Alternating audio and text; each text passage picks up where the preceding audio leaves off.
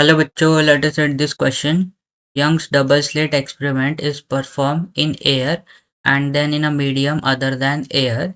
It is found that 8 bright fringe in the medium lies where 5th dark fringe lies in air. The refractive index of the medium is nearly. इस question में हमें क्या कहा है कि ये जो यंग डबल स्लिट एक्सपेरिमेंट है उसको हम लोग ने एक बार एयर में परफॉर्म किया और एक बार मीडियम में परफॉर्म किया है। और हमें क्या पता चला कि 8 ब्राइट फ्रिंज जो है इन मीडियम ये सेम पोजीशन पे लाई करता है as 5th dark fringe lies in air.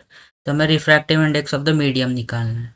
इस क्वेश्चन को सॉल्व करने के लिए जो की कॉन्सेप्ट हम लोग यूज करेंगे वो होगा, तो यंग डबल स्लिट एक्सपेरिमेंट में जो nth मैक्सिमा का वैल्यू होता है या फिर nth ब्राइट फ्रिंज का जो फॉर्मूला होता है, ब्राइट फ्रिंज का जो पोजीशन होता है वो हम लोग डिफाइन करते हैं y n equals to n lambda capital D upon small d से, जहाँ पे एन जो है ये number of the bright fringe है, लैम्बडा जो होता है वो वेवलेंथ होता है, डी जो है distance between slit and the source and small D जो है डिस्टेंस बिटवीन टू स्लिट्स होता है। सिमिलरली अगर हमें nth डार्क फ्रिंज का फॉर्मूला जो है यंग डबल स्लिट में जो nth डार्क फ्रिंज का फॉर्मूला होता है वो होता है yn equals to 2n minus 1 lambda upon 2 capital D upon small d के इक्वल। तो क्वेश्चन में हमें क्या दिया है कि ये जो एक्सपेरिमेंट है यंग डबल स्लिट का उसको हम लोग ने पहले एयर में परफॉर्म किया है और बाद में मीडियम में परफॉर्म किया है। तो जब हम लोग ये जो एक्सपेरिमेंट परफॉर्म करेंगे तो जो क्वांटिटी हमारी चेंज होगी वो होगा वेवलेंथ। तो हमें पता है कि जो वेवलेंथ फॉर अ मीडियम जो होता है ये wavelength in air divided by the refractive index of that medium के इक्वल होता है। तो अभी पहले हमें क्या दिया है कि 8 ब्राइट फ्रिंज इन मीडियम जो है वो 5th डार्क फ्रिंज के इक्वल है। तो यहाँ से हम लोग पहले 8 ब्राइट फ्रिंज का पोजीशन निकाल लेते हैं और 8 ब्राइट फ्रिंज इन मीडियम।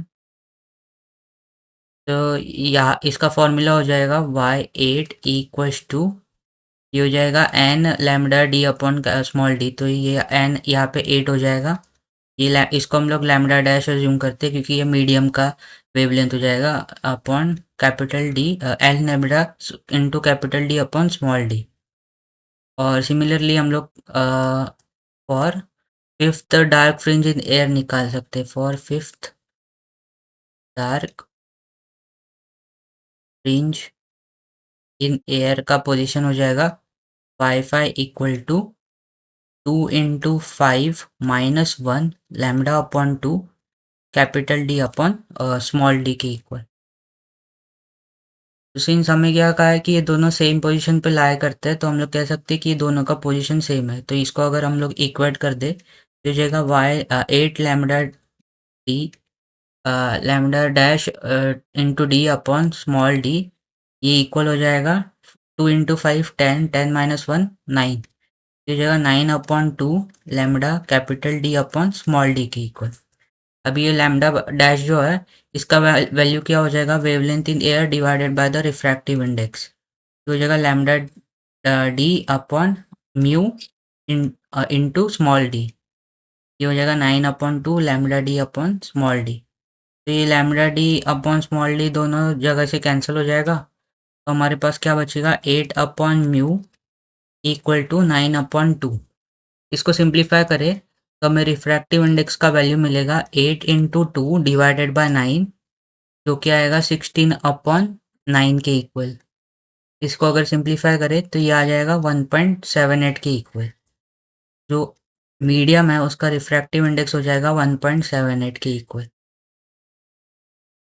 तो अगर हम लोग ऑप्शन चेक करें तो ऑप्शन के अकॉर्डिंग ऑप्शन सी जो है वो हमारा राइट आंसर हो जाएगा। So I hope you have understood it well and best of luck.